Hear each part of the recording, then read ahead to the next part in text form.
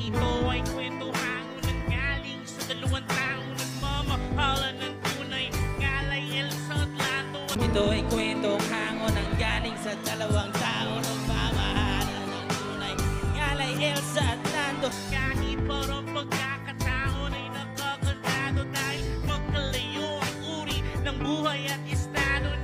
Kahit parang pagkakataon ay nakakandado dahil magkalayong uri ng buhay ang estado. Buhay ni Lando, di nalalayo sa manami. Pinulog ng araw ang kulay ng balat at marami. Ang buhay ni Lando di nalalayo sa marami. Sinulong ng araw ang kulay ng balat at marami.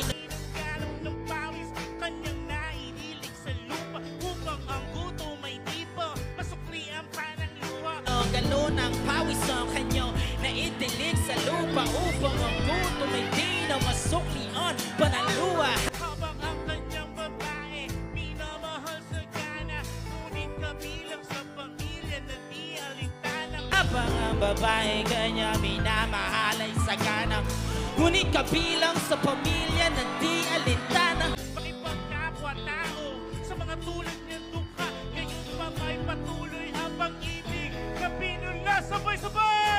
Pakipagkapwa-tao sa mga tulad niyang dukha, ganyan pa may patuloy ang pagmamahal na pinula ng pag-ibig.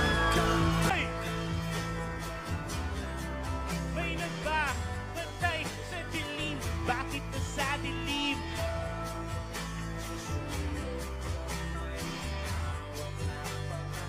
Bakit may patalim?